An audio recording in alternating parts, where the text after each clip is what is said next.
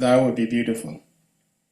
Well, before we start going live, then let me run over and get my notes because I just gave Bhagavatam class at the temple here this morning and spoke on those subjects exactly. So Okay, give me just one moment. Sure, please, let's do that.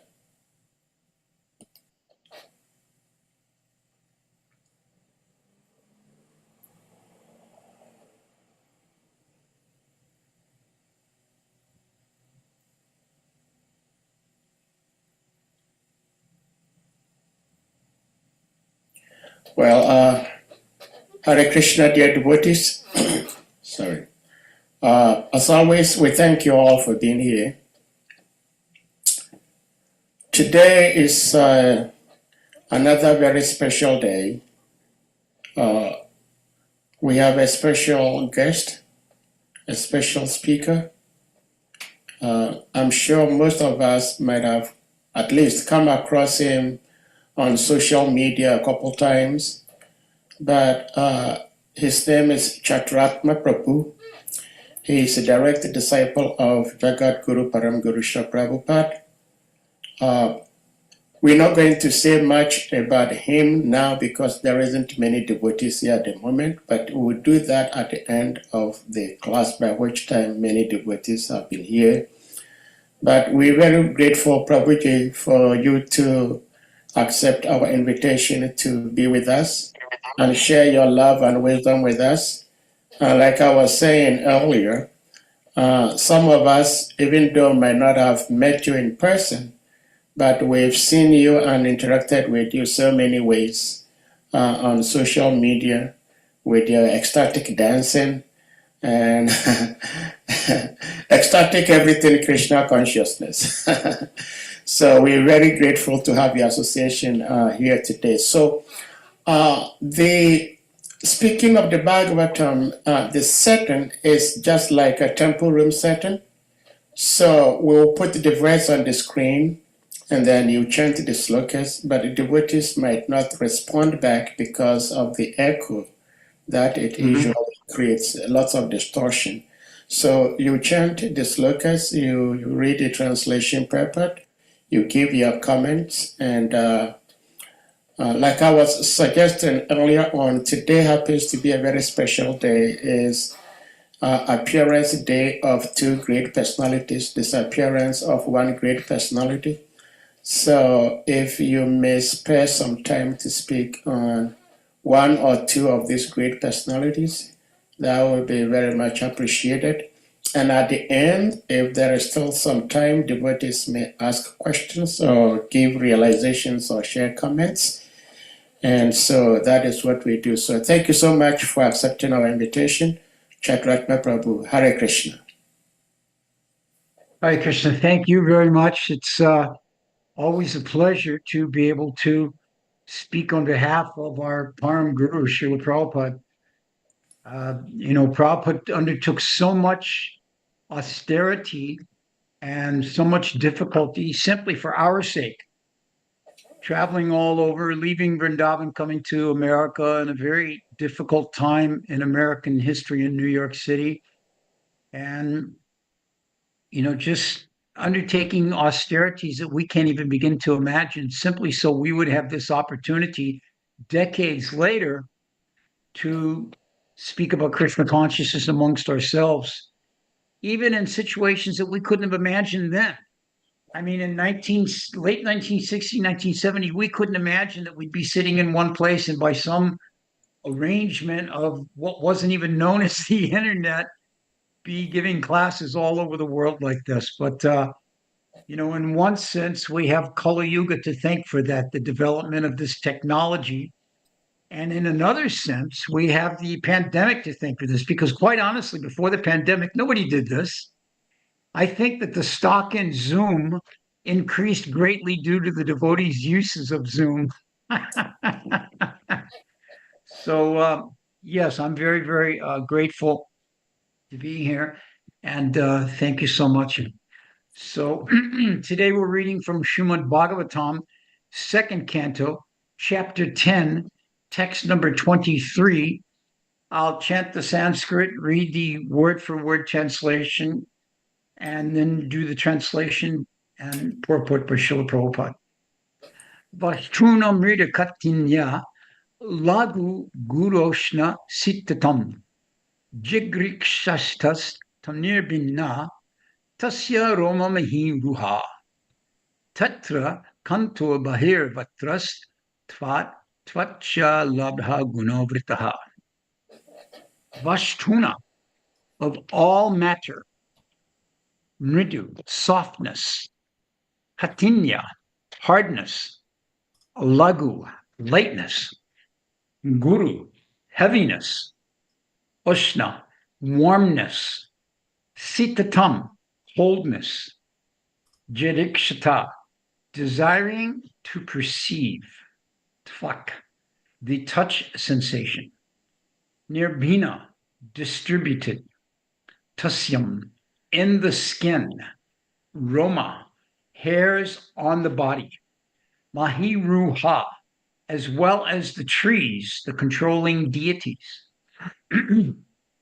Tatra, there, tya, also, anta, within, hahi, outside, vata tavacha, the sense of touch or the skin, labha, having been perceived, guna, objects of sense perception, avrita, generated. Translation: when there was a desire to perceive the physical characteristics of matter, such as softness, hardness, warmth, cold, lightness, heaviness, the background of sensation, the skin pores, the hairs on the bodies, and their controlling deities, the trees, were generated. Within and outside the skin is a covering of air through which sense perception became prominent. Purport by His Divine Grace, Srila Prabhupada. The physical characteristics of matter, such as softness, are subjects of sense perception, and thus physical knowledge is the subject matter of the touch sensation. One can measure the temperature of matter by touching it with the hand, and one can measure the weight of an object by lifting it with the hand, and thus estimate its heaviness or lightness. The skin pores, and the hairs on the body are interdependent with the sense of touch. The air blowing within and outside the skin is also an object of sense perception. This sense perception is also a source of knowledge, and therefore it is suggested here that physical or psychological knowledge is subordinate to the knowledge of the self, as above mentioned. Knowledge of the self can expand to the knowledge of phenomena, but physical knowledge cannot lead to knowledge of the self. There is, however, an intimate relationship between the hairs on the body and the vegetation on the body of the earth. The vegetables are nourishment for the skin, both as food and medicine. As stated in the third canto, Tvacham Asyavanir Viveshur Dishinam Shodhya.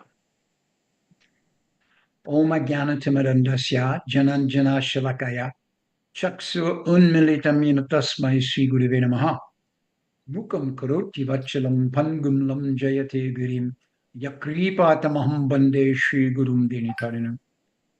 Sri Guru Premananda Paramananda Avancha Kaputrubhyascha Kripa Sindhu Behevacha Patitanam Pavanevyo Vaishnavebhyo Namo Namaha. Jaya Sri Krishna Chaitanya Prabhu Nityananda Sri Advaita Sri Gadadhar Shivasati Sri Gaura Bhaktivinoda. Hare Krishna Krishna Krishna Hare Hare Hare Rama Rama Rama Hare Hare. My only constant companion, my only friend, my wealth, my guru, that which has delivered me, my great fortune and the source of my good luck, the form through which I taste pleasure, my obeisances unto you, O Srimad Bhagavatam. I offer my respectful obeisances to you, O Srimad Bhagavatam. By your recitation, one attains transcendental bliss because your syllables shower pure love of God. You are to be served by everyone, always, for you are an incarnation of Lord Krishna.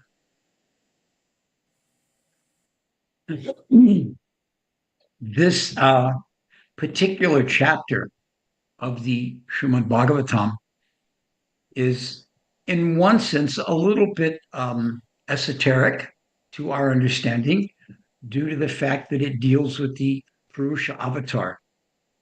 And the Purusha avatar is a much larger and deeper understanding of the universe than we just generally perceive with our senses. And the explanation is being given here that the ability to perceive the Purusha avatar is seen through what might appear to be ordinarily mundane functions of the world that surrounds us. In our Krishna conscious philosophy, there are certain statements, certain philosophical points that we make that we just accept as fact, as indisputable spiritual fact. One would be Aham Brahmasmi. I am spirit soul, I'm not this body. Another would be Atato Brahma Jignasa, that human life is meant for understanding the absolute truth. I would put forth the statement that the title of this chapter also belongs on that list of undisputed facts.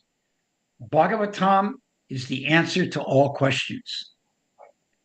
This is a bold statement, but it is a statement based upon factual knowledge and evidence given not only in our present time by Srila Prabhupada, but for thousands of years by sages and rishis and Mahabhagavatas. Now, the materialists, of course, there no doubt they would question such a bold statement. They question the statement that we're not this body, that we're spirit soul. So we don't give so much credence to materialistic criticism of these spiritual facts that we find. But for one who's on the path of bhakti, one who's on the path of devotional service, we accept these principles as a solid fact.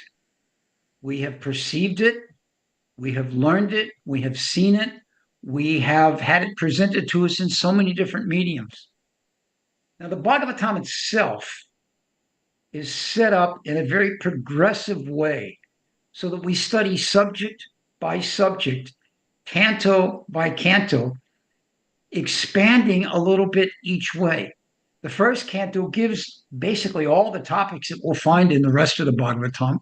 And then each successive canto of the Srimad Bhagavatam expands on the points from the prior canto and brings them into new light from different perspectives with different points of application.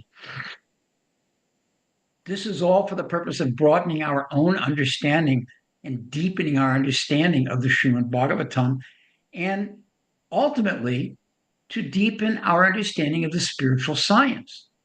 Srila Prabhupada very clearly explained that the study of Srimad Bhagavatam is indeed a spiritual science because it looks at things from the perspective not only of a practical material side, but deeper, as Prabhupada mentions in the purport there, from a spiritual side, giving a deeper insight into what the reality of the world surrounding us is. Just as we look in the mirror and we know, no, this isn't me. I'm the soul inside. Of course, I'm reminded of a class my dear friend and travel partner, Bhattahari, gave, in which he said, we know that we're not the body. We're not so sure we're not the mind, and that's where all of our troubles begin. So this is the reality that we're faced with. There are a couple of handfuls of verses before we end up this chapter of the Bhagavatam that we're studying now in the second canto and move forward onto the third canto. And it seems to me that it's worthwhile to take a moment and give a small exercise to examine chapter titles in this second canto, since they are what will give us the movement forward to the third canto, where they'll be expanded on. So in the second canto, the first chapter, the first step in God realization. The second chapter, the Lord in the heart. The third chapter, pure devotional service, the change in the heart. The fourth chapter, the process of creation. The fifth chapter, the cause of all causes. The sixth chapter, Purusha Shukta confirmed. Seventh chapter, scheduled incarnations for specific functions. Eighth chapter, questions by King Pariksit. Ninth chapter, answers by citing the Lord's version. And ultimately, this 10th chapter, the conclusion of the second canto, Bhagavatam is the answer to all questions. Even just repeating that title gives one a sense of conviction, gives one a sense of strength. Bhagavatam is the answer to all questions. It's a bold statement, but Sukadev Goswami dares to say it. All the Mahabhagavatas coming after him dare to say it. Srila Prabhupada passes it on to us so we can feel comfortable in making that assessment. Now, each of these chapters in this second canto, they direct, actually the entire second canto itself, they direct us, the readers, us, the hearers, and the studious follower of Srimad Bhagavatam in a progressive level, step by step, of advancing towards our goal of developing Krishna Prema, love for Krishna, and going back to home, back to Godhead. Excuse me. In this first chapter of the second canto, the first step in God realization, this is a valuable guide for practicing Atato Brahma Jignasa, for understanding this basic principle of what is the human form of life meant for. The second chapter, the Lord in the heart, this is a conclusion to the first step and to the direction of one's meditation in realizing Atato Brahma Jignasa, what the human form is, Lord within the heart. Third chapter, pure devotional service, the change in the heart. The activity that one performs after understanding the first two chapters, and very importantly, what pure devotional service brings out, it is the essential change in the heart. The heart must be changed. Our heart is covered with thousands of births of just all types of contamination from one species to another. The process of devotional service, incrementally embraced and followed, changes that heart, purifies it. And we have the fourth chapter, the process of creation. With that change of heart, once we've understood we're not the body, we've developed love for the Lord, or advancing on the process of develop love for the Lord, and have a change in our heart, then we can now clearly, with opened eyes, understand the details of creation. And therefore, these details are laid out before us. This shows that the devotee is not merely a sentimentalist, but has a deep and philosophical understanding based on the world we live in. This was the accusation leveled by Prakasananda Saraswati to Sri Chaitanya Mahaprabhu. As you know, Sri Chaitanya Mahaprabhu was engaging in his Sankirtan activities in Varanasi, and the Mayavadi sannyasis, who were very strict in their study of Vedanta, very strict in their study of Shastra, very strict in their monastic kind of, austere lifestyle, they were looking at Mahaprabhu and his associates with their chanting and dancing and Hari Hari Bol and having such a good time being filled with ecstasy and thinking, oh, what a bunch of sentimentalists. They would do better to sit home and study the Vedas. So this was their accusation against them. And they said, you're simply sentimentalists. You don't understand anything. But this chapter, the process of creation, the way it's broken down, And the way it guides us to understand the creation shows that no, devotees are not just sentimentalists. They do have a deep philosophical understanding. This is the reason for the presentation of the Bhagavatam in this manner. 5th chapter, the cause of all causes. Now we have an understanding of the creation. The next question would quite naturally be, all right, well then who caused the creation? How did it come about? If you take any intelligent man and show them some piece of art, some work that's been created, the first thing they're going to do, well, who made it? That's the intelligent question. Well, who made that? Wow, that's a wonderful piece of work. Very, very fine craftsmanship. Who made it? So we look at the universe after understanding the process of creation. We want to know, okay, what is the cause of all causes? How did this all come about? And this chapter, chapter number 5, cause of all causes, gives us the details of how the Lord himself, through his own potencies and through the potencies of his energies, creates this universe, expands this universe, and manifests in all aspects of the creation so that nothing is actually separated from the Supreme Personality of Godhead. Excuse me.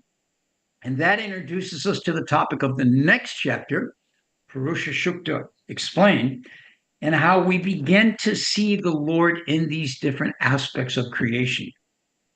As a devotee, our business as Rupa Goswami is to yukta vairagya, see everything and use everything in relationship to Krishna.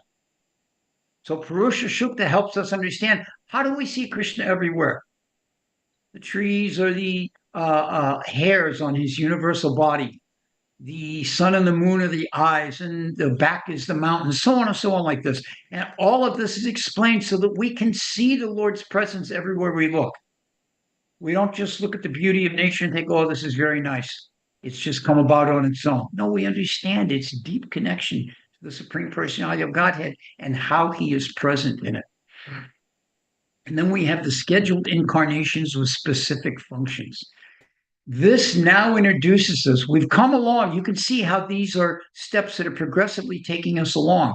We've understood the Lord's presence in the creation. Now we get to understand how he introduces his personal aspect into the activities of this world to save the devotees, to annihilate the demons, to establish religious principles. These are all the underlying reasons why the Lord has very specific incarnations, and they all perform very specific functions. The Lord is an individual. He has multiple personalities, but he's an individual in each of those personalities with specific purposes. So in this chapter, scheduled incarnations with specific functions, we meet each of these different incarnations and what their purpose is, how they will manifest their forms in Leela. Next, we have questions by Pariksit. After all of these explanations, after everything has been presented, unlike the exchange between Sarvabhauma, Bhattacharya, and Mahaprabhu, which you'll remember, Sarvabhauma took Mahaprabhu to his quarters after he arrived in Jagannath Puri unaccompanied. That's a whole nother story, how that happened, the breaking of the danda and him becoming supposed angry and going ahead of the rest of the devotees. So he arrived in Jagannath Puri. Sarvabhauma recognized a great personality, brought him to his home, cared for him, brought him back to consciousness, and then over the course of some days instructed him on the topic of Vedanta Sutra, on the topic of the pastimes.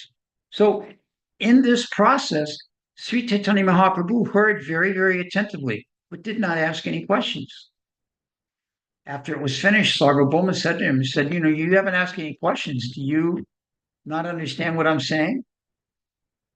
Maybe this topic is too deep for you.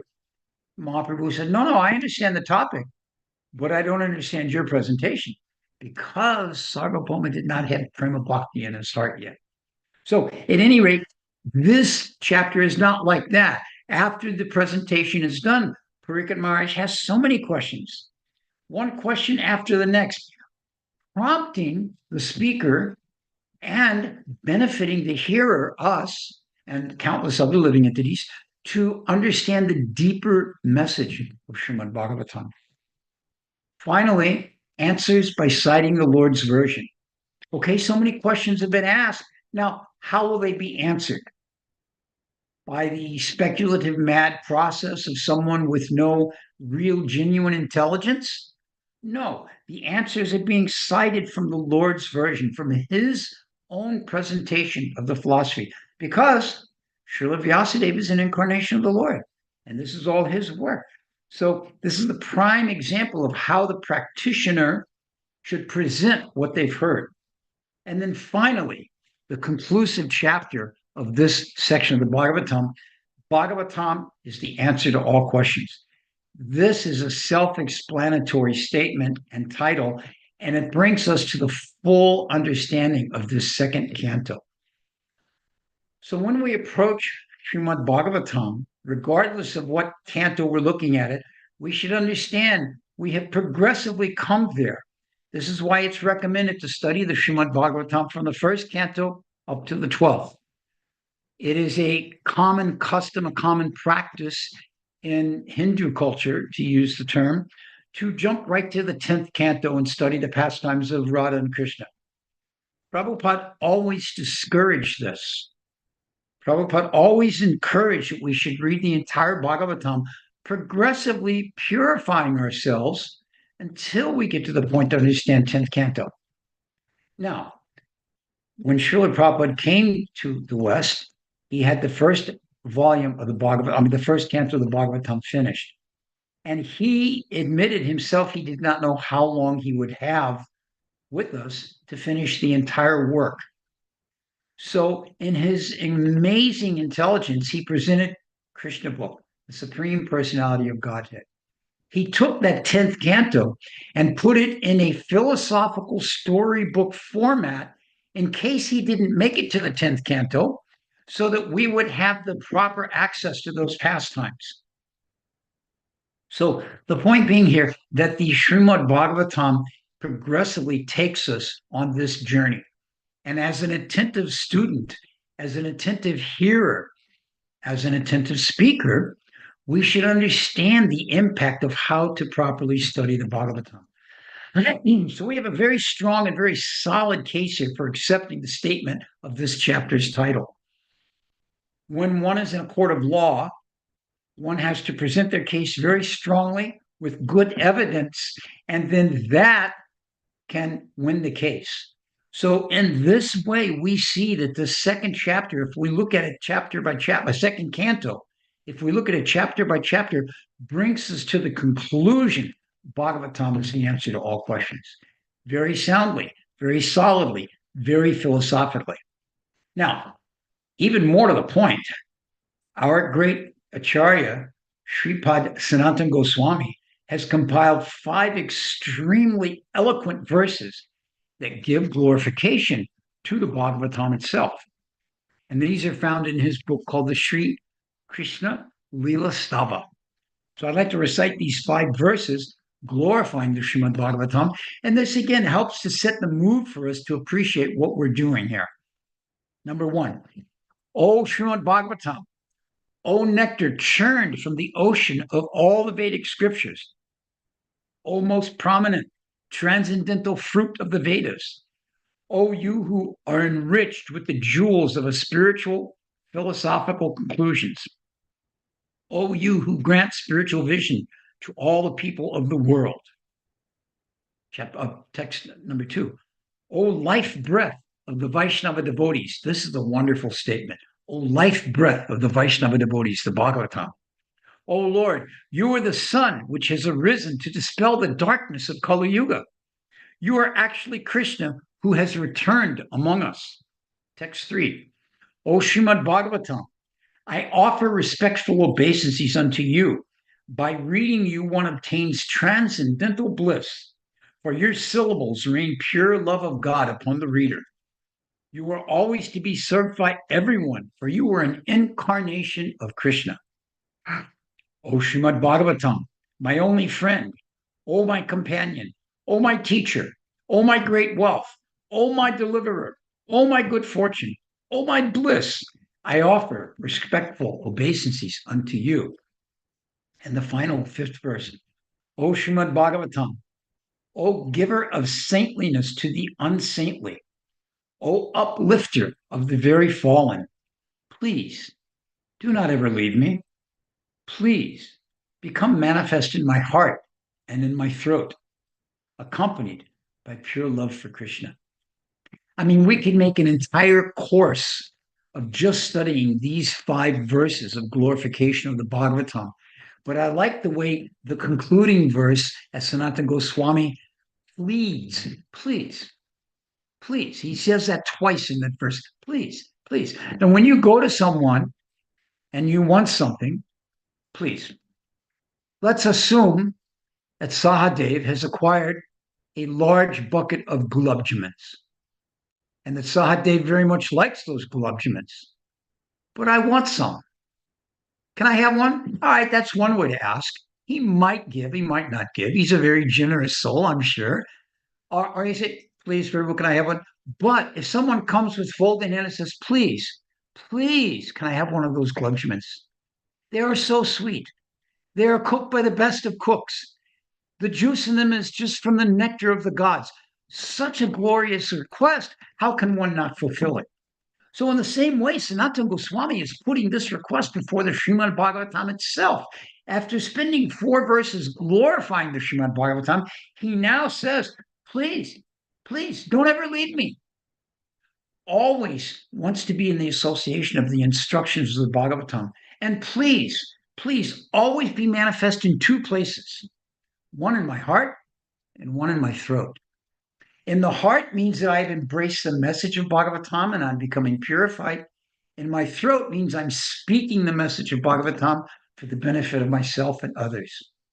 This is the culmination of these prayers of Sanatana Goswami to the Srimad Bhagavatam, and they help us to understand how we can appreciate. So these 5 verses, they give us a very clear understanding of the supreme importance of Srimad Bhagavatam. And they further strengthen the conclusion of the title of this chapter. Here again, Bhagavatam is the answer to all questions.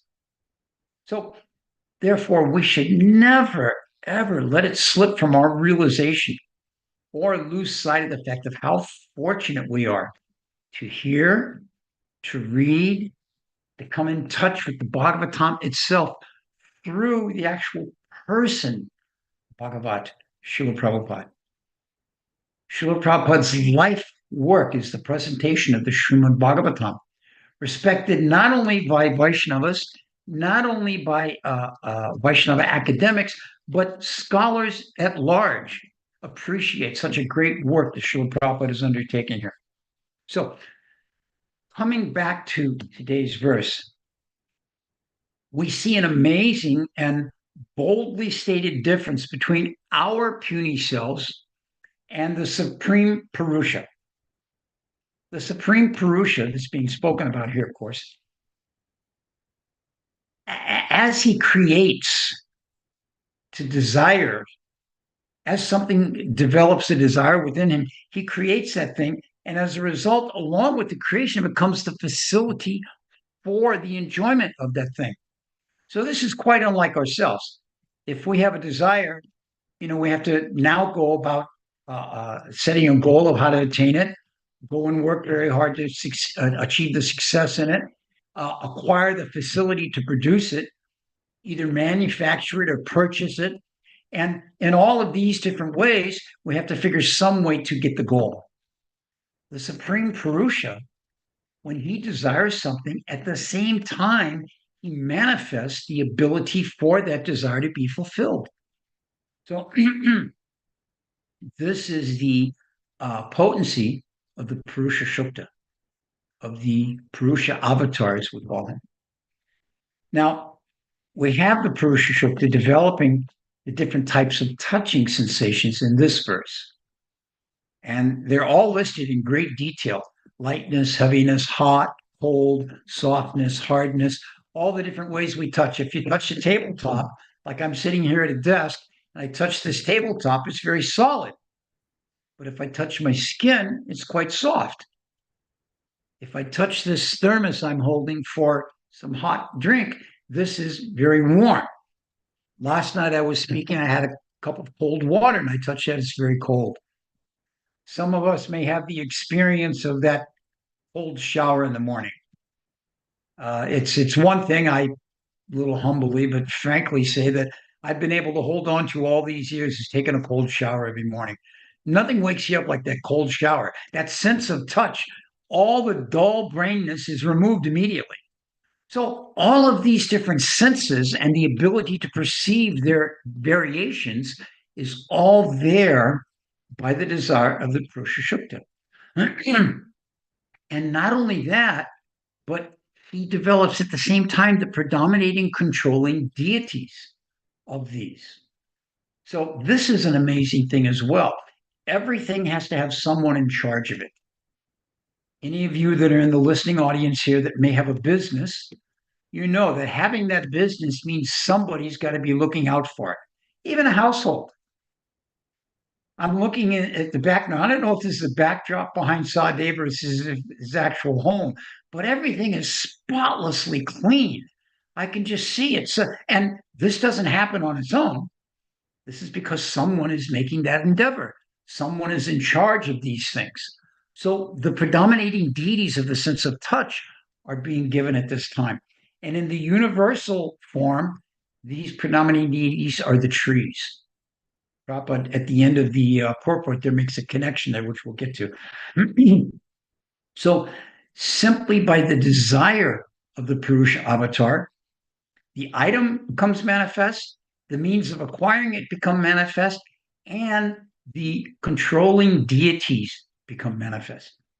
Now, we contrast this to our desires for enjoyment, and we have to endeavor so hard. First of all, we're in this world, trying to endeavor within this world. And this world is known, Bhagavad Gita describes it, Dukhalayama Shashvatam, a difficult place full of miseries. So right off the bat, we've got the odds stacked against us. Where are you going? Oh, I'm going to that difficult place full of miseries. Oh, man, good luck to you. That's what it's like taking birth in this world. We're coming here to this world and we got the best wishes. You're going to that place. You're not going to have a very successful time there.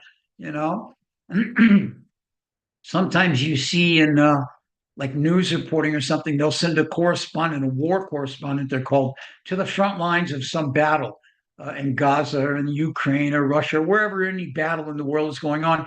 And you know that they're in for a difficult time. That, if they're lucky, they'll come out with their life. And if they're even luckier, they might come out with a story they're looking after.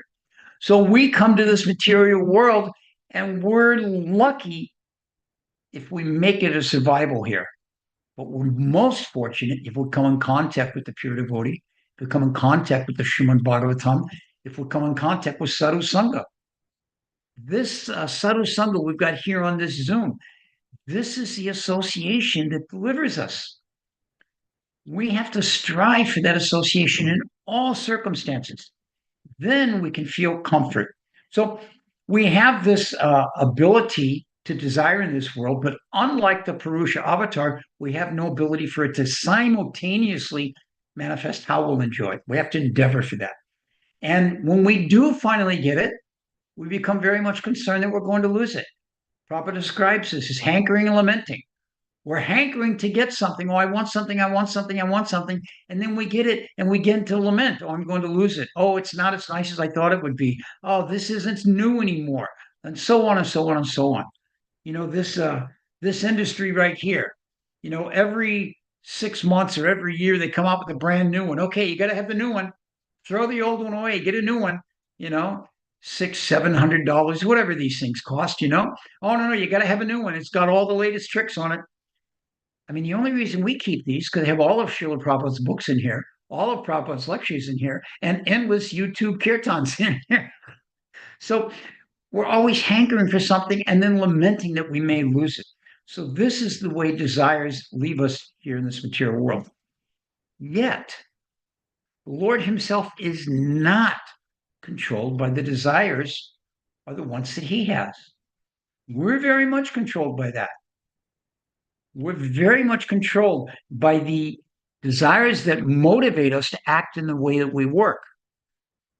We strive very hard at a 40-hour week job or labor very hard in whatever industry we're in, simply to get the facility to enjoy whatever we can manage to enjoy in this world.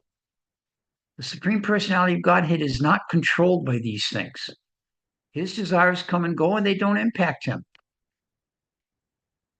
This is the, shall we say, stark reality of the difference between ourselves and the Lord. Now, this reminds us of the 12th verse in this chapter that we're studying today. It's a very important verse because it gives us a very important instruction. One should definitely know that all material ingredients, activities, time, and modes, and the living entities who are meant to enjoy them all exist by his mercy alone. And as soon as he does not care for them, everything becomes non-existent. Now, this is quite an amazing statement. This example of the 12th verse is completely the opposite of how we're expected to behave in this world. We believe, and we hold very fast to this idea, that everything in this world is meant for our enjoyment, that everything in this world is there for our pleasure, and it has one purpose: to serve our desires. This is the culmination of material consciousness. I am the Lord of all I survey. Eat, drink, and be merry, for tomorrow we may die. In other words, enjoy to the fullest. Yet from this verse number 12, we see that, as well as the chapter titles of the second canto, we see the reality is exactly the opposite of that. And when the Lord is finished with this world, with his particular enjoyment mood, everything is finished. As is stated here, it becomes non-existent. Now, if we go about our own lives thinking that everything is here for our pleasure, for our enjoyment, and then when we're finished enjoying it, we simply reject that thing, we reject that person, we reject that situation, we're seen as rude, as arrogant, as self-centered. That's because our self as the center of everything only satisfies us. Whereas Krishna as the center of everything satisfies the whole creation. It's the age-old example that Srila Prabhupada gives. It's there in the Vedas. When you water the leaves on the tree doesn't benefit. I happen to be a very avid gardener. I have a large collection of bonsai trees and several jasmine trees and quite a few things. And if I just go around and water the leaves, what to speak of my Tulsi collection, I have about 20 Tulsi plants. If I just spray water on the leaves of Tulsi, then she's not going to benefit very well. But if I water the root, that root will absorb the moisture and then send it out to the rest of the plant. So in the same way, we're seen, as rude and arrogant and self-serving if we're only looking to satisfy ourselves. And then when we're so-called satisfied, just rejecting that situation. But the qualities of the Lord are such that he can still be completely full and satisfied and detached and not be thoughtless towards the living entity, still have their best interest at mind. So this idea of rejecting everything unless I'm satisfied, this is a complete antithesis of the mood of a devotee. We have ourselves a clear roadmap in how to get to where we're going. And it's called the Bhakti Shastras. If you go to a new country, if you go on a journey outside of your own district, you have to have some idea of where you're going. And of course, nowadays, here again, we go back to this thing.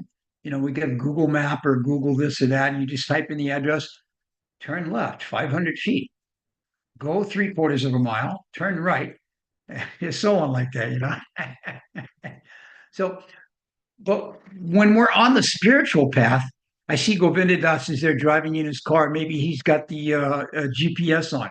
Left now, make a right turn.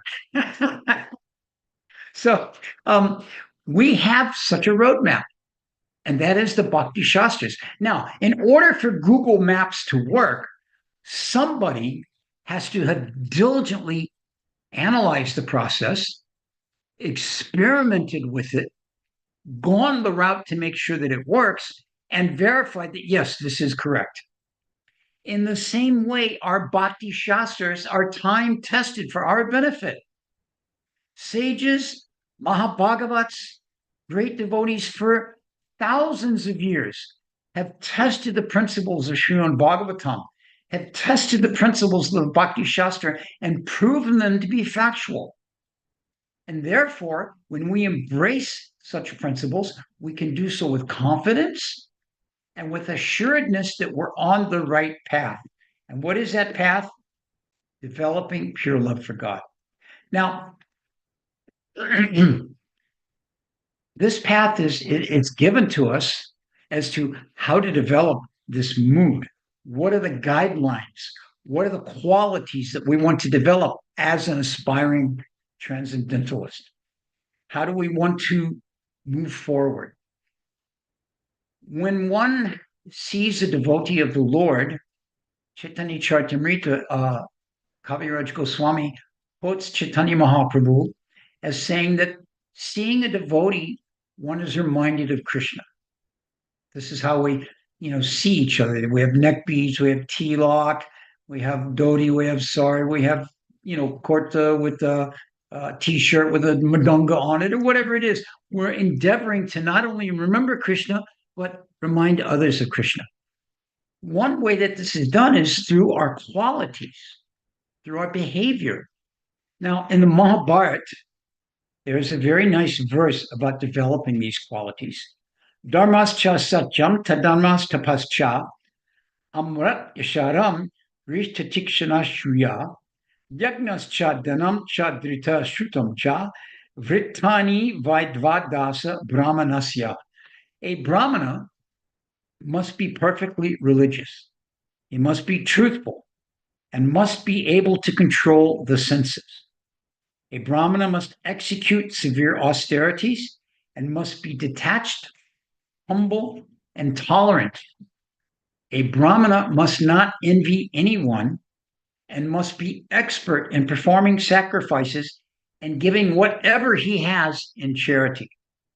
He must be fixed in devotional service and expert in the knowledge of the Vedas. These are the 12 qualifications for a brahmana. Now, in the Bhagavad Gita, chapter 18, the different breakdowns of the brahmana qualities are given as well. Samo damastapasocham, shantir arvajam evacha, jnanam vigyanam astikyam, brahma karma svabhavajam. Peacefulness, self-control, austerity, purity, tolerance, honesty, knowledge, wisdom, and religiousness. These are the natural qualities by which a brahmana works. So if we make an effort to develop these qualities, those that are listed here in both of these, then we are not under the control of the material nature. Now, this is a very important point because everyone in the material nature in this world is controlled by the material nature. Everyone here is impacted by these things. But if we make an endeavor to develop these Brahminical qualities, peacefulness, self-control, austerity, purity, tolerance, honesty, knowledge, wisdom, and religiousness, then we can elevate ourselves beyond the mundane level. We understand that we are not in control, that we are not the enjoyer, that we are not this body and not the mind. And actually, this gives us the ability to not be victimized, as Bhattacharya says, by thinking we are the mind. So this example is given to us from Bhagavad Gita, from Mahabharata, and in this chapter, Bhagavatam is the answer to all questions. These standards are there for us, and they help us appreciate the supreme position of the Purusha Sukta. Purusha Sukta may be a little bit, as I said, a little esoteric for us to understand, but by studying this section of the Bhagavatam, this second canto, we can gain a better understanding of how it is present in all aspects of creation. Prabhupada says in the purports and in some of the lectures on this subject that the Purusha Sukta is imaginary of sorts, in that it is not an eternal incarnation or manifestation like the Supreme Personality of Godhead's Leela avatars. Yet it still has a presence and still has an understanding for us to appreciate how the Lord works through this material energy. Now, the puny nature of our life in comparison to the Purusha Sukta is very, very obvious. Just like, for instance, the blinking of the eyes. We cannot go without blinking the eyes. Now, I don't know about there, but here in America, there's a contest sometimes, a staring contest. You stare at the other person, particularly kids like to do this. You stare at the other person and see how long they can go without blinking. You have the eyes open, and you look and you keep going, and you blink, you blink. So, this is because we have no control over the blink in the eyes. We have no control. Or breathing, the breath in our lungs. This is also another game that children play, holding your breath. I can hold my breath longer than you. And, maybe you can hold your breath for 2 or 3 minutes. There are some, what they call free divers. Here in Alachua, where I live, we have some very good natural springs. And the springs are quite deep. And so they have a lot of free diving that goes on there. So a free diver may be able to hold their breath for 8 minutes, 10 minutes. Now, I don't know about any of you, but for us to imagine and 10 minutes later come back to that without having breathed, it's an impossible idea. But for someone trained as a free diver, this is quite possible. But 10 minutes? Well, still, they do eventually have to breathe because we have no control over not breathing. Now, 10 minutes, that's actually, in reality, a very small amount of time. There's a type of whale that lives in the ocean that they've observed can stay underwater and hold its breath for 3 hours. Now, you and I just sitting here, we can do maybe 2 or 3 minutes. A free diver can do it for maybe 8 or 10 minutes, and this whale can do it for 3 hours. So if that's our goal, to be able to hold our breath as long as we can, then all right, maybe we get to take our next birth as one of these whales. You can go for 3 hours. But the ultimate point being made here is that all of these things indicate we are not the controller. We cannot even control the functions of our own body. When the need for evacuating is there's no control. I got to get to the bathroom. Where's the bathroom? Where's the bathroom? You got it. Now, as very young children, that urge is simply met. This is why they wear diapers. And this is the business of the parents, to clean up after them. So in reality, we've come to this world simply to be uncontrolled in our activities. And Krishna is, through his material nature, cleaning up after us. So all of these different types of realizations, they're only able to be understood. They're only able to be accepted. They're only able to be put into practice by keeping and desiring the association of devotees, sadhu sangha. Studying the Bhagavatam on ourselves can't do it. We need a community of devotees. Now, whether that's an immediate, active, personal community, such as like we have in Alachua here, we have about almost 2,000 devotees in our community here, or whether it's an online community such as this, the point being that we have to have that association. Sadhu Sangha gives us the impetus to want to improve ourselves. And we have to improve ourselves spiritually. Prabhupada said it's necessary to look at ourselves and be a little bit analytical, not in a judgmental, morose, oh, God, I've been a devotee 50 years and I'm still not seeing Krishna. This is so horrible. But in a point of how much am I developing a taste for the holy name? How much am I developing a taste for practicing Krishna consciousness? How much am I developing a taste for reading the Srimad Bhagavatam? In previous ages, the association would be sages all retiring to the forest together. In earlier days of ISKCON, that association was that we all lived in ashrams, all temple-based ashrams doing the same activity. Nowadays, our Sangha is as easy as having an internet connection. To hear, to read, to practice in the association of others on the path of devotional service. These three principles, hearing, reading, and keeping association, these will keep us strong, they'll keep us solid, and they'll keep us devoted on the path of devotional practice. We shouldn't minimize these three. We should very, very clearly understand their importance, and we should very, very attentively practice these things. So under the association of sadhus, this will give us the greatest benefit. So these are three very easy steps that we can take, and these steps will help us to clearly come to the point of being able to accept, yes, Bhagavatam is the answer to all questions. So I'll finish there with that topic on the Srimad Bhagavatam. Bhagavatam for us, we can also see in the lives of devotees. Some of you may or may not be familiar with the fact that Vaishnavacharya history is a big thing with me. It's what I do. I have a YouTube channel with lots of classes on Vaishnava history, and it's what I've studied for the last 30 years. So it's always a great pleasure for me to speak about Vaishnava history, the Acharyas. And Sahadeva has asked me to say a few words today.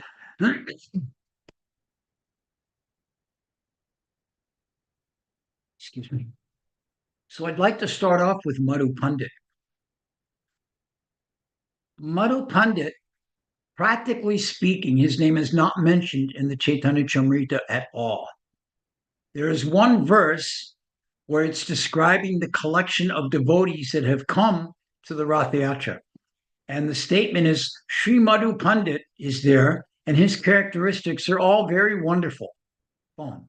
End of story. That's the only mention. Now, I mean, any of us would be happy to have our name just mentioned in one sentence in the Chaitanya Charitamrita. Maybe in the future, someone will write the Gaura Gunadesha Deepika of the Chaitanya Charitamrita of ISKCON, and some of us will be lucky enough to get our name mentioned once. Like a friend puts a book out and you assist them a little bit. You look in the beginning, did he mention me? Oh, good, I got my name mentioned. So Madhu Pandit's only mentioned in the Chaitanya Charitamrita that one time, but his description, activities and all are prominently described in the Bhakti Ratnakara. However, as with many of Mahaprabhu's associates, there's not a lot of biographical information about him. At the time period, of course, when someone was born, it's not like nowadays you're born in the hospital, the doctors are noting down the time and the place and who the parents are and all that. Many of these types of details were not kept. So we don't have a lot of biographical information on some of the associates of Mahaprabhu, and Madhu Pandit is one. But we do know that he had a deep connection with the deity Gopinath. After Krishna's departure, his great-grandson, Brajanab, installed a variety of deities around Vrindavan. Three prominent deities that he installed were Govindaji, Madan Mohan, and Gopinath. Now, Brajanab never saw Krishna directly. He's the great-grandson. And, the likelihood that the great-grandson and the grandfather will see each other is not so strong. But at any rate, so these deities were carved under the direction of Uttara, the mother of Maharaj Pariksit. And so it's understood that from these images that Govindaji resembled Krishna's face, that Madan Mohan resembled Krishna from the navel down to the lotus feet, and that Gopinath resembled Krishna from the navel up to the neck. So this deity of Gopinath was worshipped for quite some time, and we all know the history over the decades and eons and hundreds of years. And Vrindavan was pillaged, plundered, invaded, And those persons did what they could to destroy the deities. Many of those original deities were taken to Radhakund and placed inside of Radhakund for safekeeping, literally in the water. So if you have a choice of worshiping your deity every day and having someone come and break him and destroy him, or placing that deity in the waters of Radhakund for safekeeping, well, it's an easy choice. So this deity of Gopinath was placed there. And then after some time, these invaders came to understand that maybe these deities were seeking to destroy Radhakund. So then from Radhakund, many of these deities were moved to Jaipur under the protection of the saintly Vaishnava kings there. Anyway, time goes on. The deities come and go of their own desire. And some 500 years later, during the time of Sri Chaitanya Mahaprabhu, the Gopinath deity is discovered again in Vamsipat by one devotee, Paramananda Bhattacharya. Now, Paramananda Bhattacharya is the godbrother of Madhu Pandit, and they are both disciples of Gadadhar Pandit, a very prominent associate of Sri Chaitanya Mahaprabhu. So this deity of Gopinath, when it was discovered by Paramananda Bhattacharya, he gave the deity and placed him into the care of Madhu Pandit. And Madhu Pandit did many, many services for Gopinath, one of which was to daily recite the Srimad Bhagavatam in his presence. Excuse me.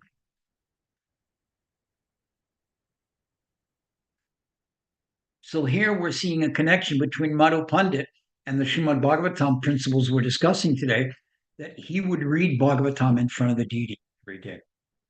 Now, interestingly enough, one of the other personalities we'll speak about today is Janava Mata, and she has a connection with the Gopinath deity as well. In one of her trips to Vrindavan, the last trip, as we can understand from this pastime, she went to take darshan of the deity of Gopinath. Now, of course, Janava Mata is the eternal potency of Sri Nityananda, his wife and consort. And she came in the evening to the temple of Radha Gopinath, observing the arti.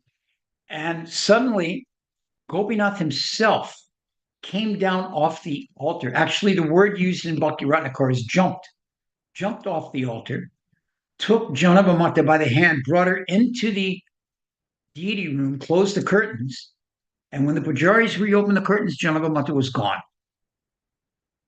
So it was understood that she was residing there. And so a deity of Ananga Manjari was placed there. Now, why Ananga Manjari, you would say?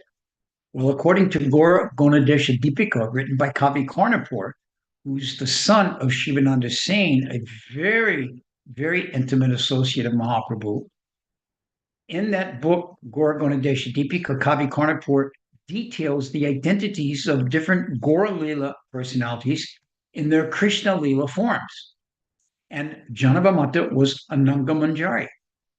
So therefore, at that temple of Gopinath, one side is Radharani, one side is Ananga Manjari.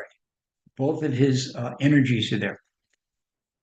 So in this way, we can understand that the deity has his own desires and can manifest them and have them fulfilled in many ways.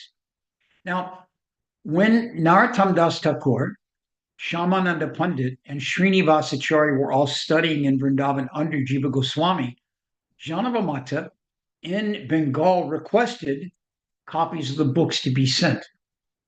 You can imagine what a hotbed of publishing Vrindavan was at that point in history. Chaitanya Charitamrita had just been finished. Bhakti Rasamrita Sindhu was done. Sanatana Goswami's Brihad Bhagavatamrita was complete. All of these books were being published, and the devotees in Vrindavan were relishing reading them. However, the devotees in Bengal, all under the direction and tutelage of Janava Mata, who was the Acharya at that time, didn't have these books. So she sent a letter to Jiva Goswami requesting copies of these books be sent to them. And to complete this, Jiva Goswami arranged for not only copies of the books, but them to be escorted by Narottam, Srinivas, and Shyamananda, his three most prominent disciples. Upon their departure from Vrindavan, blessings were given from the different camps. One of those was the temple of Gopinath, and the garland from Gopinath was taken by Madhu Pandit and given to these three as a blessing for their journey. The final thing I'll mention about Madhu Pandit, to use our modern day term, was a bit of a fashionista. He knew how to dress very nicely, and not from an egotistical point of view, but from a practical point of view. Madhu Pandit had a jacket that was as long as his knees, made exclusively out of tulsi beads. And he had a little hat that he wore, like a beanie, what we call a beanie in America, also made out of tulsi beads. Now, these two items, they're on display in the Gopinath temple in Jaipur.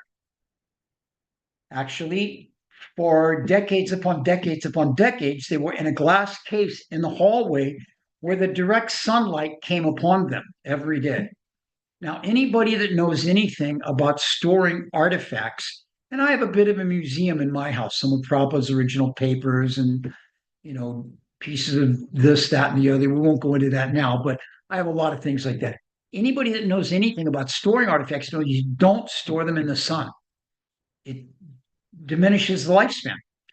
So His Holiness Indradumna Swami arranged at that temple in a small alcove to the side of the deities that's didn't have any sunlight on it, to have a proper climate-controlled glass case built, and to have this a Tulsi jacket and Tulsi hat brought out of that case, properly cleaned, and then placed into this box with a beautiful painting behind it of Madhu Pandit serving his deity Gopinath. So this can be seen if you get to go to Jaipur, if you get an opportunity to go to Vrindavan and get an opportunity to go to Jaipur, take the opportunity to go to the Gopinath temple and take the darshan of this wonderful Tulsi jacket and hat worn directly by Madhu Pandit. So we'll move on from Madhu Pandit to the connection that we've been describing with Janava Mata. I'll be honest with you, if we were to take the next 4 hours, we could not cover all the topics and subjects related to Janava Mata. She is such an important personality. It's next to impossible to speak about her, but we're going to make an endeavor. Balaram had 2 wives. Those wives were named Varuni and Revati. And Varuni and Revati became Vasudha and Janava in Gora Lila. Now, the first thing one might say was, wait a minute, you were just talking about how Janava Mata was an Angamanjari and merged into the Gopinath deity. In his Gora Gonadesha Deepika, Kavi Karnapur points out that while in our particular life, one personality per body is the standard, and then sometimes you'll get people that maybe have multiple personalities in their body, and they're usually sent away somewhere. But in this case, in the spiritual world, multiple personalities can manifest in the same form. And Kavi Karnapur quotes many places in Gora Lila where this happens. Such is the case with Janava Mata. So Vasudha and Janava become, Revati and Varuni become Vasudha and Janava. And they're both the wives of Nityananda Prabhu. Now, they were the daughters of Suryadas. And Suryadas, it describes he was named Suryadas because he was as effulgent as the sun. He was such an amazing personality. And his wife's name was Bhadravati. So Bhadravati and Suryadas were the parents of Janava and Vasudha. Now, Suryadas himself was the son of Kamsari Mishra. And Kamsari Mishra, you may not recognize that name so well, but you'll definitely recognize the names of his 5 sons because they're very important personalities. Damodar, Jagannath were the older brothers of Surya. The younger brothers were Gauridas, we all recognize that name, Krishnadas, and Nrsimha Chaitanya. Now, if you're at all familiar with the Chaitanya Charitamrita, particularly the 10th chapter of this first volume, Adi Leela, you'll know these names because they're mentioned prominently as important associates of Mahaprabhu. Now, Surya Das, his service was as a landowner, a zamindar, kind of like a province king, a sub king to the king of Goda. And this is where he got the title Sarakela. Sarakela means like a commander, a property owner. And as a result of this, he was very, very wealthy. But neither he nor any of his family members were at all distracted by that wealth. They were all very fixed in their mood of devotional service. It says that their virtues were innumerable and their character was spotless. I was thinking about that. What a wonderful way for someone to describe us, you know? I mean, if anybody were to describe any of us to someone else and say, oh, that person, he's completely spotless in his character and he has more virtues than you can imagine, that's a very good compliment. So this was the description given here.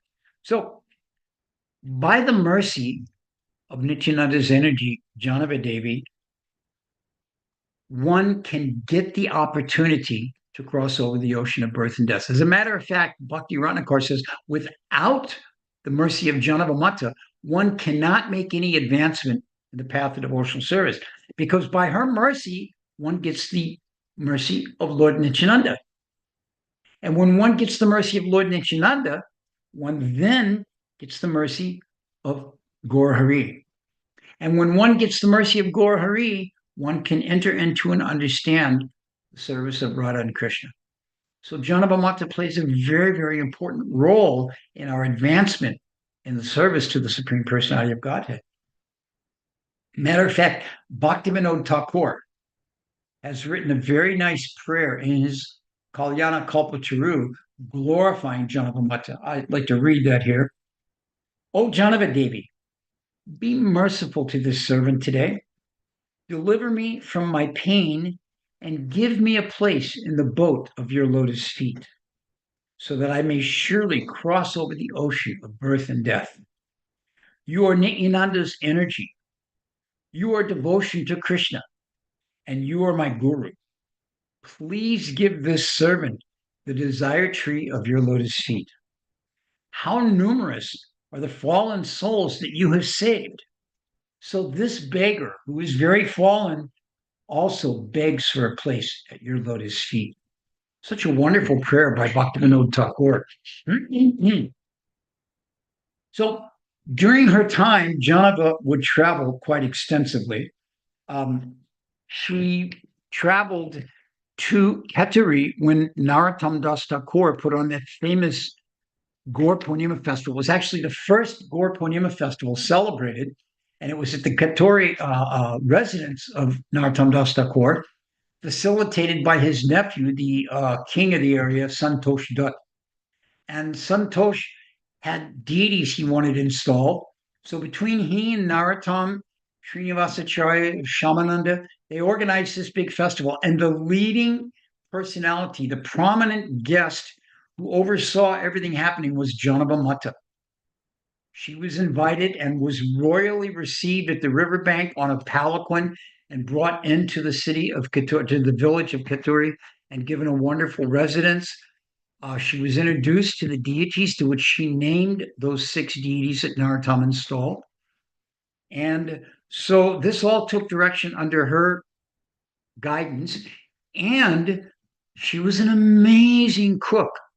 She oversaw personally all the preparations, the cut up, the mixing, the cooking of all the prasadam for this Keturi festival, oversaw the direction of it being offered to the deities, and then personally oversaw the distribution of that prasadam to all the Vaishnavas. And there were unlimited Vaishnavas. After all the Vaishnavas were served, Narottam approached Janava Mata and said, Ma, you please sit and now we will serve you. She declined. She said, no, let me serve all of you. And then she, by her own hand, served all the servers. And then after they were finished, Narottam came and begged, now, please, you take prasad. And she sat down and then took her own prasad. Such an example. big acharya, leader of the Vaishnava community, head of the Sampradaya at that time, and she doesn't eat until everyone else is served. So in her travels, she would commonly visit different villages and places. Now, in Bengal at that time, demigod worship was very prominent. And the demigod worship at that time would, sometimes have some very nefarious motives. So she was traveling once and came to this village. And when she arrived at the village, the village itself was in a very miserable condition. So Janaba was trying to understand how to arrange this, how to correct this. So in that village were many Pashandis, many offenders, many critics, and they were all worshippers of goddess Chandi, which is a form of Durga. Durga worship is very prominent in Bengal at this time because Durga gives all kinds of benedictions to her followers. So when she arrived there, all the Mahabhagavatas of the area and all the great devotees with her, they began to worship Janava Mata. As I mentioned, she was the head of the Sampradaya, so it was quite suitable for her to receive their worship. These Pashandis and offenders, the local demigod worshippers, they stood to the side and watched these activities and began to say some very unpleasant things. Oh, look, this wife of a Brahmin, she is capturing the attention of everyone. And then another one said, oh, these Vaishnavas, they're also ignorant. They're bowing down to this human being. Instead, they should come and worship the demigods in our Chandi temple. And another said, yes, if Chandi, our goddess Durga, is kind upon them, then they will be able to understand Chandi's supremacy. And then another one said, what? You don't know what you're saying. How can these fools understand anything? Neither the wife of the Brahmin nor any of her Brahmin followers have ever worshipped Chandi in their life. These Vaishnavas have committed a great offense against our goddess. So in this way, laughing amongst themselves and finding fault with the Vaishnavas, they continued. And then they went to the temple for their evening puja to goddess Chandi. And in front of goddess Chandi, they prayed, my dear goddess, please let these Vaishnavas come to surrender to you. And if they don't, give us the power to kill them for their offenses. Such a horrible thing to say. They finished their worship. They all retired to their homes, took their meals in the evening, and then took rest. That night, goddess Chandi came in a dream to every one of those Vaishnava operatis.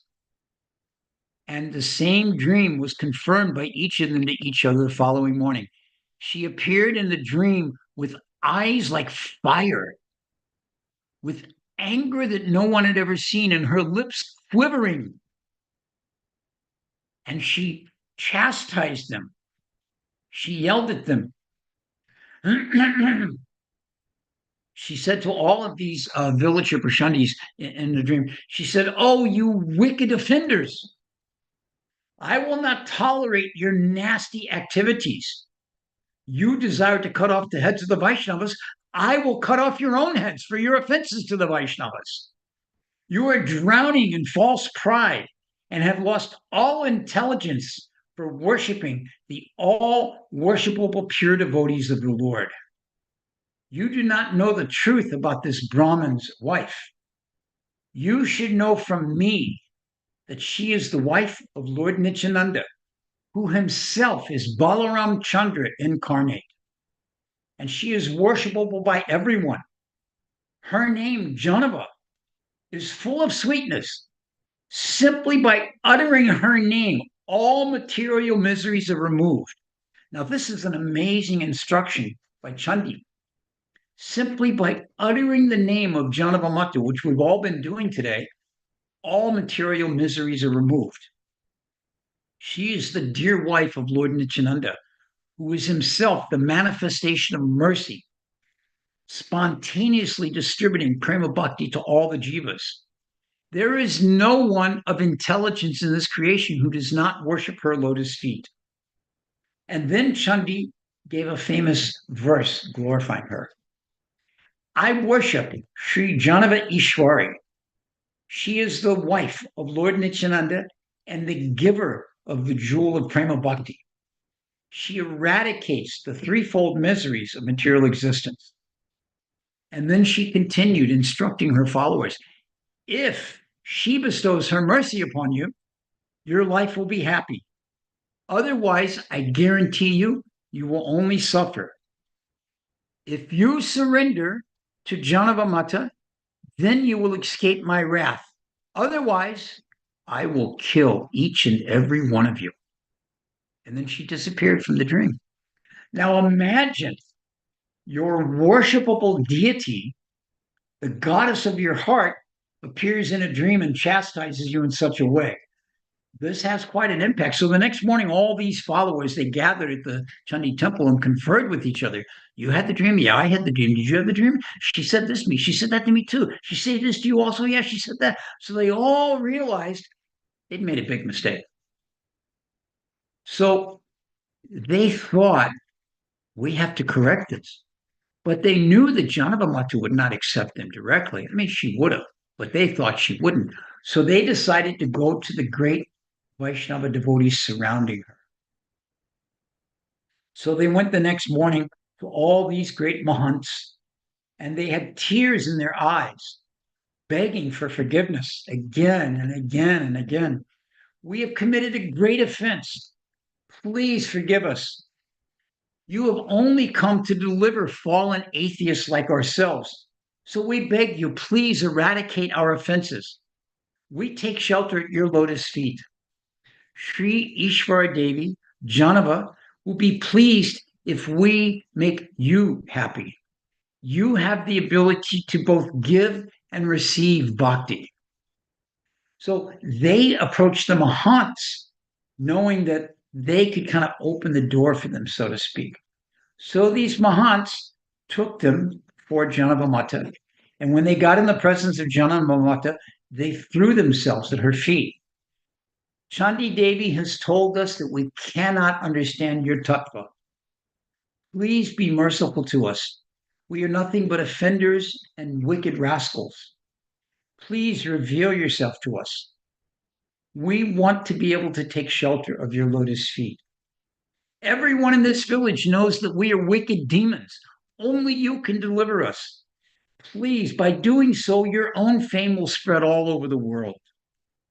So, saying this, they offer their obeisances to her, and seeing the miserable condition. I mean, these are very elevated personalities one day and groveling at the feet of Janava Mata the next in great desperation. So, seeing their condition, she became very pleased upon them and bestowed her mercy and installed Krishna Prema in their hearts.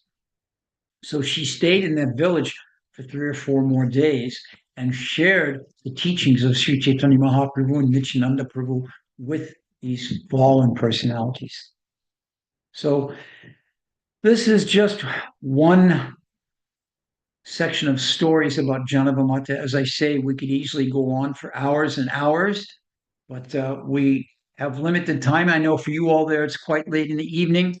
For me, it's the middle of the day, and we all have things going on. So we should take the rest of the time we have this day, the rest of the time we have this life for that matter, read up on the pastimes of Janava Mata, try and remember the importance of associating with the devotees, of reading the Srimad Bhagavatam, and of hearing the Srimad Bhagavatam, hearing the holy name. These activities, they will give us strength in Krishna consciousness. They will give us determination, and they will give us conviction that Srimad Bhagavatam is the answer to all questions. Thank you very much. I'll finish there. Sahadev Prabhu, I turn this back over to you.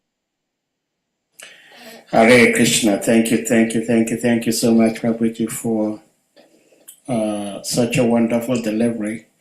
I mean, the Bhagavatam class itself, discussing the text itself, was so fantastic.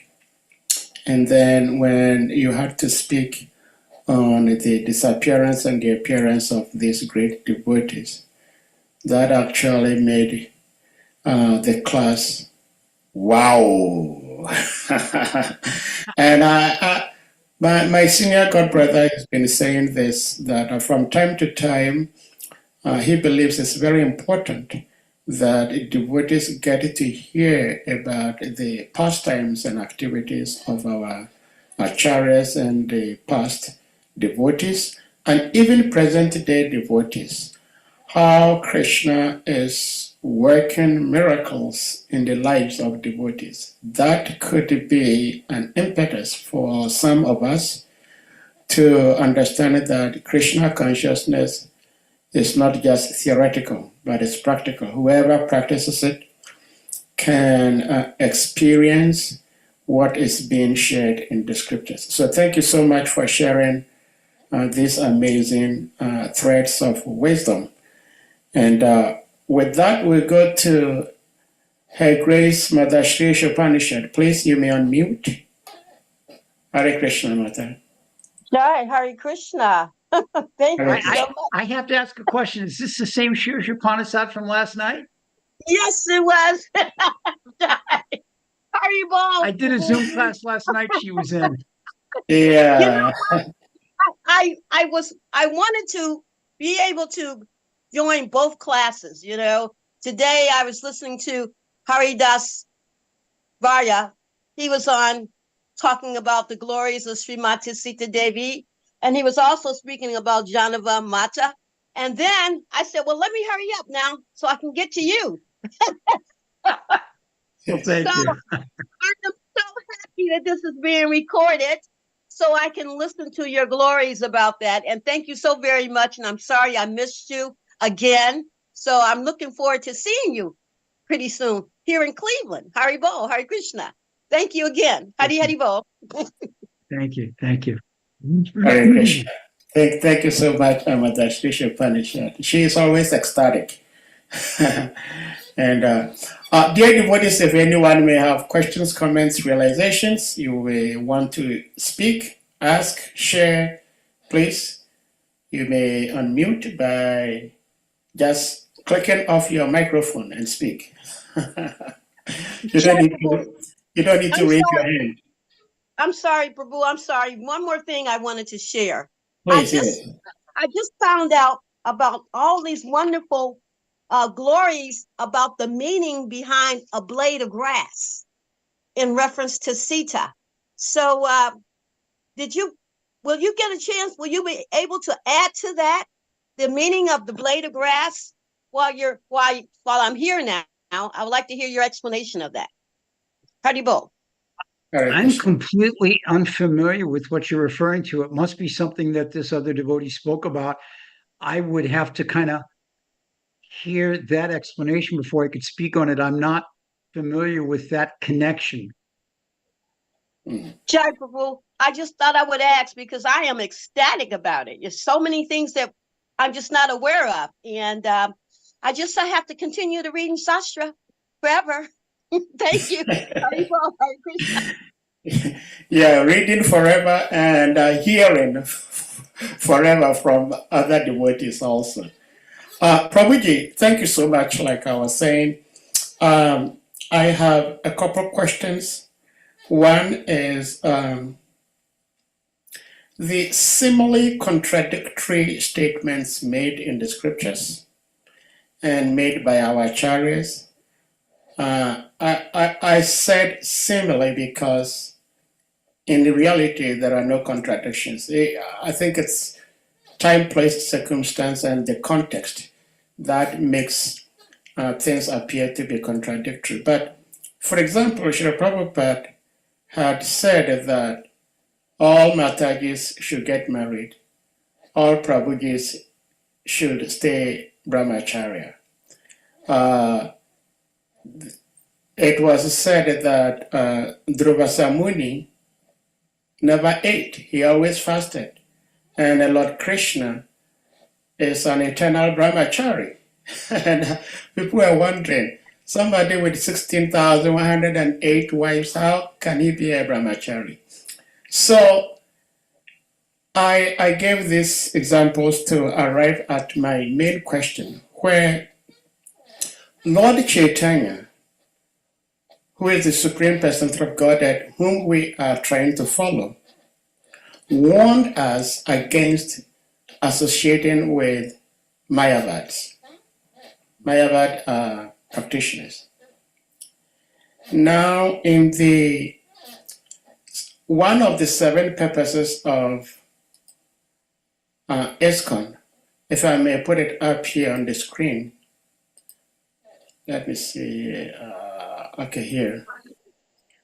One of the 7 purposes of ISKCON, I think the very first one, chapter number 1, it says to systematically propagate spiritual knowledge to society at large and to educate all people in the techniques of spiritual life in order to check the imbalance of values in life and to achieve real unity and peace in the world.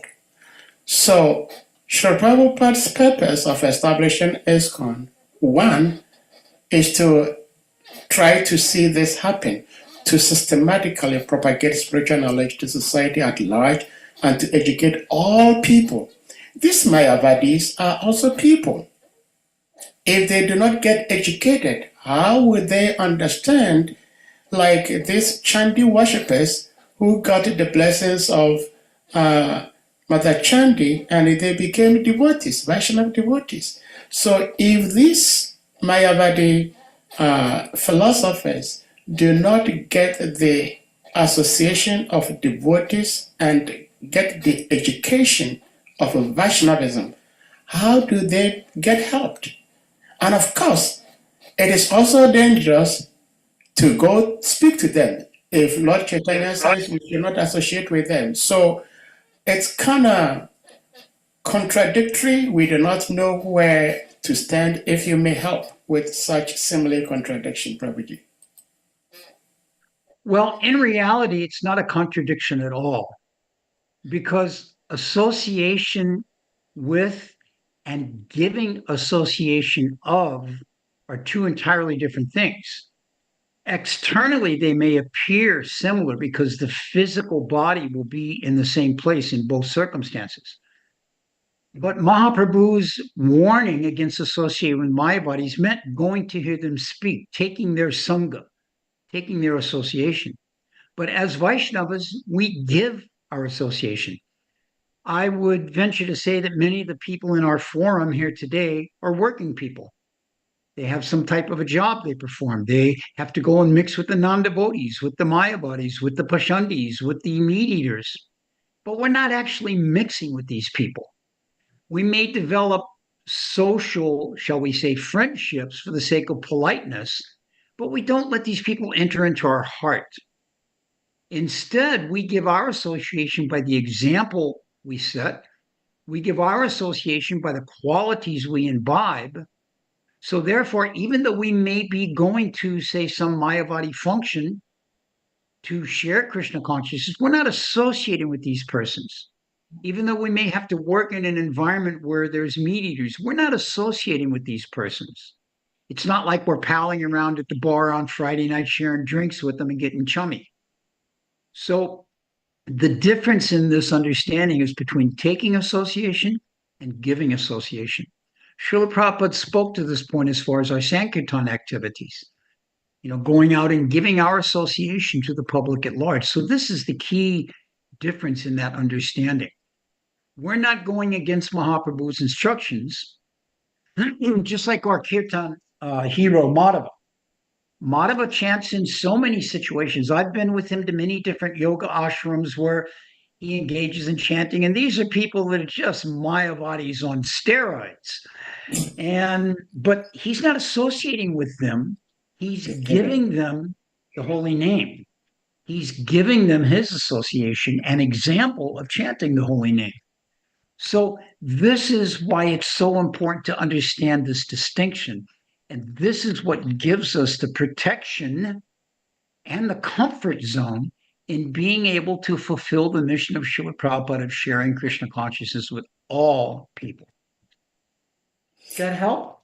Oh my goodness, thank you so much. It's not just does that help, it clears so much cloud of misunderstanding, and I hope it is not just me, but to all the audience and probably who may be watching and listening to this later on the social media.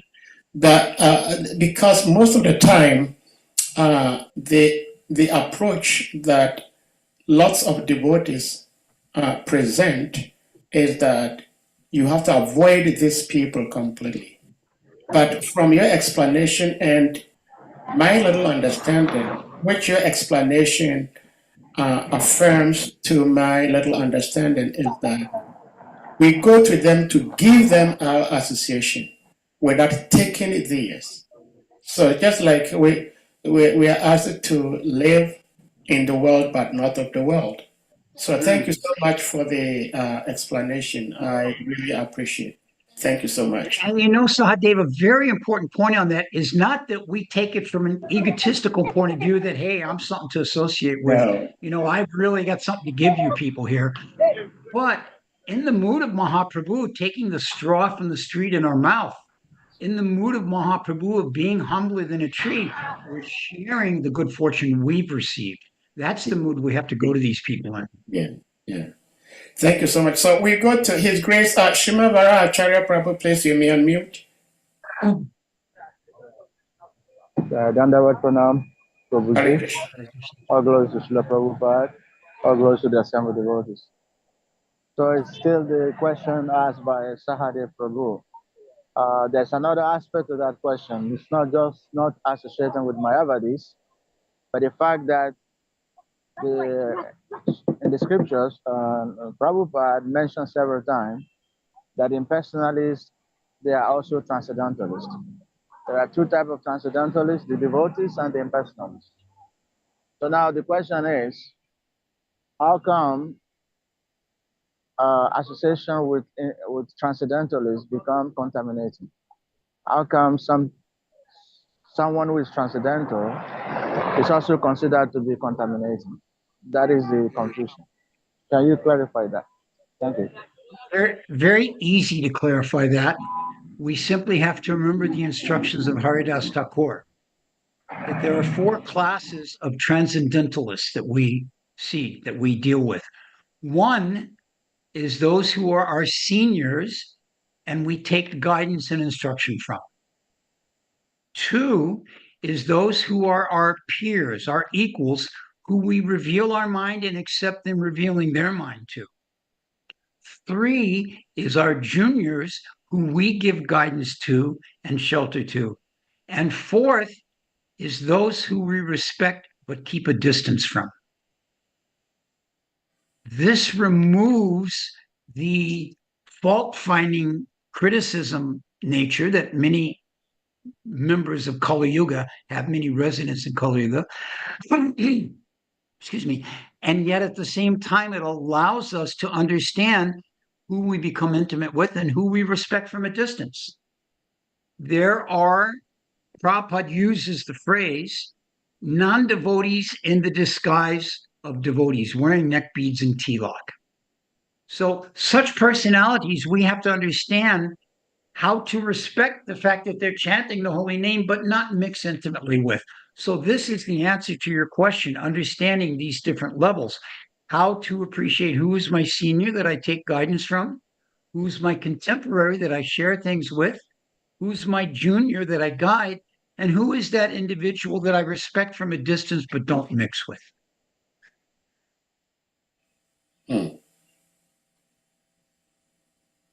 Okay. Yeah, thank you very much, Prabhu. One point you mentioned is avoiding offense. So there are personalities who are transcendentalists, known by their preaching activities, but they are not Vaishnavas. They are not Vaishnavas, but they are full of certain spiritual qualities and inspiring people on the part of God consciousness, in their own way, but they are not Vaishnavas.